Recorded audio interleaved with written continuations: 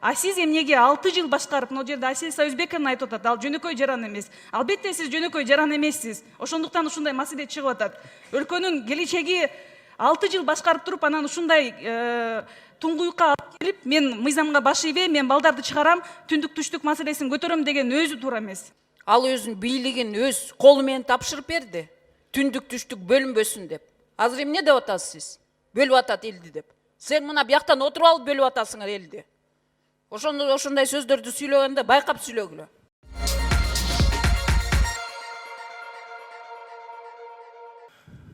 Рахмат. Кийинки сөз депутат Касымалиева Аида Камчыбековна, да?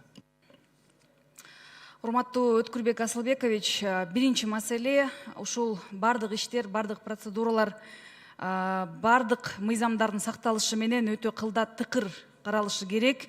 Эч кандай шашуу же болбосо өч алуу же кандайдыр бир мыйзам бузуулар эч болбош керек. Сиз өзүңүз жакшы билесиз, бизде азыр мына 40 жылда эмес же тарых өзү 1-2 жылда эле өз ордуна коюп атат бардык маселелерди. Ар бирибиздин койгон колубуз жана башка чечимдерибиз үчүн баарыбыз жооп беребиз жана жооп берип жатабыз. Экинчи маселе, экс-президенттин статусу алынышын колдойм, ушул институттун жоюлушун. Ушул институт жоюлса, азыркы президент, кийинки президенттер үчүн дагы бул чоң эскертүү жана кылмышка барбоо, кылмыш иштерине барбоо жана кийин мыйзамдын алдында жооп берүү маселеси. Бул тарыхта биринчи жолу парламент карап атат да, ушул маселени биз азыр алуу маселесин алып чыгып атабыз жана мен бул институттун жоюлушун толугу менен колдойм. Үчүнчү маселе, бул жерде кесиптештерибиз дагы бардык жерде фейк аккаунттар менен дагы мына сиздер өзүңөрдүн лидериңерди сатып кеттиңер деген маселе мага мисалы үчүн көп козголот да. Ошондуктан мен Алмаз Шаршеновичке жеке өзүнө кайрылгым келет. Урматтуу Алмаз Шаршенович, албетте СДПКга кайрылганда мисалы үчүн мен маселеми айтып коеюн да. Мына залда дагы Жанар Кубанычевич отурат, Акаев. Пресс-секретарь бол деп чакыргансыз меничи ошол жерде. Үчөөбүз отурганда пресс-секретарь болосуң деп. Мен ошого макулдугун берип, анан тизменин ылдый жагына кошулсаң кошуласыңбы, кошулбасаң кошулбайсыңбы деп бизге шайлоодо жардам берчи дегенден мен сизге ишенип ушул жака келип Кошуп койгула. Кошуп кой. Мен оюмду бүтүрүп алайын. Мисалы үчүн мен парламентке келем деген эмесмин. Бирок ошол сөздү аткарбай, кийин 1 айдан кийин пресс-секретарь дагы болгон эмесмин. Тилекке жараша Кудай колдоп. Бирок ошондо шайлоого барганда эл колдоп, мен парламентке кийин 3 жылдан кийин келдим. Ал дагы парламентке келбей, мени сиз алдап кеткенсиз деген боюнча мен өз ишим менен журналисттик ишими аткаргам да.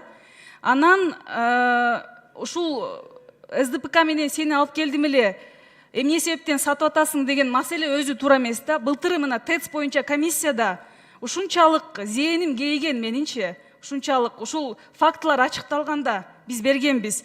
Андан кийин мына Кой Таш боюнча өткөндө дагы мына ошол жерди аралап барсам, ушунчалык мындай кызыктай сезилди магачы. Эмне себептен ушундай мыйзамсыз болуп калды деп. Анан кечеки мен түнү менен уктаган жокмун, мисалы үчүнчү.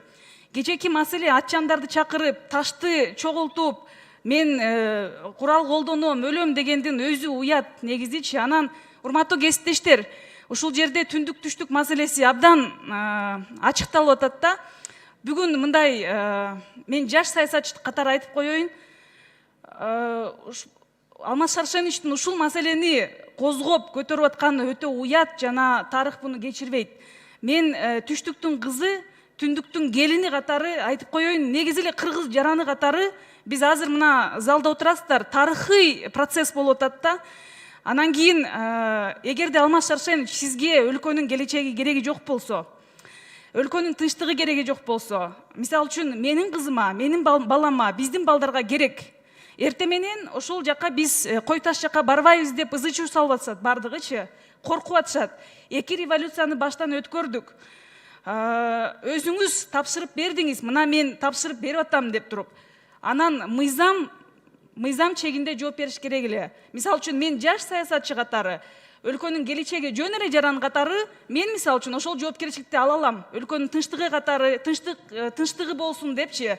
А сиз эмнеге 6 жыл башкарып, мына жерде Асия Союзбековна айтып атат, ал жөнөкөй жаран эмес. Албетте сиз жөнөкөй жаран эмессиз. Ошондуктан ушундай маселе чыгып атат. Өлкөнүн келечеги 6 жыл башкарып туруп, анан ушундай туңгуюкка алып келип, мен мыйзамга баш ийбейм, мен балдарды чыгарам, түндүк түштүк маселесин көтөрөм деген өзү туура эмес. Микрофон. Биринчиден Дастан Арыспекович, эми сиз убакыт бергенден кийин баарына тең бериңиз. Эми вице-спикер болсо деле, ал бизде эле депутат.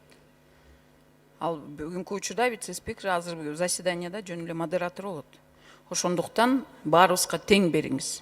Бул биринчи замечание. Экинчи, Аида Камчыбековна, сиз туура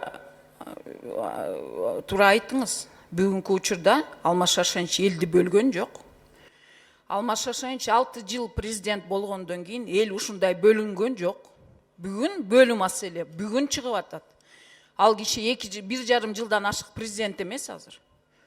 Ал өзүнүн бийлигин өз колу менен тапшырып берди. Түндүк түштүк бөлүнбөсүн деп. Азыр эмне деп атасыз сиз? Бөлүп атат элди деп. Сен мына бияктан отуруп алып бөлүп атасыңар элди. Ошондой сөздөрдү сүйлөгөндө байкап сүйлөгүлө.